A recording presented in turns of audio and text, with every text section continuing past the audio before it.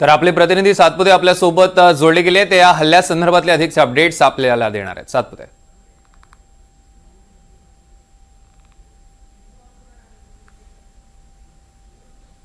नक्कीच सौरभ, ही घटना घडलेली आहे। त्या घटनेतील जी एक व्यक्ती दिसते ती ऋषिकेश टकले असं त्या व्यक्तीचं नाव आहे। ते आमदार गोपीचंद पडळकर यांचे ते कट्टर समर्थक मानले जातात। ते मूळचे पलूस तालुक्यातील आहेत आणि पलूस तालुक्यातील 5वा मैल म्हणून जे एक गाव आहे त्या परिसरात राहणार आहेत। ते मल्हार जी संघटना आहे मल्हार म्हणून, त्या संघटनेचे ते पदाधिकारी आहेत आणि गेल्या 2-3 वर्षापासून गोपीचंद पडळकर आमदार यांचे जवळीक जवळीक असलेले एक समर्थक म्हणून ओळखले जातात। निश्चितच। आणि ज्यांच्यावर हल्ला झालेला आहे का नितीन देशमुखांना सुद्धा चौकशीसाठी ताब्यात घेण्यात आले, त्यांच्या संदर्भातले काही अपडेट्स आहेत का? त्यांच्या संदर्भातली माहिती आहे का?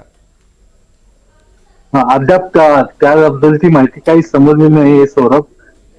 अपडेट मी घेत आहे, अपडेट मिळाले की लगेच आपणास देईन। निश्चितच या संदर्भातले अधिकचे अपडेट्स घेऊ। तुर्तास धन्यवाद। दरम्यान आपण बघतोय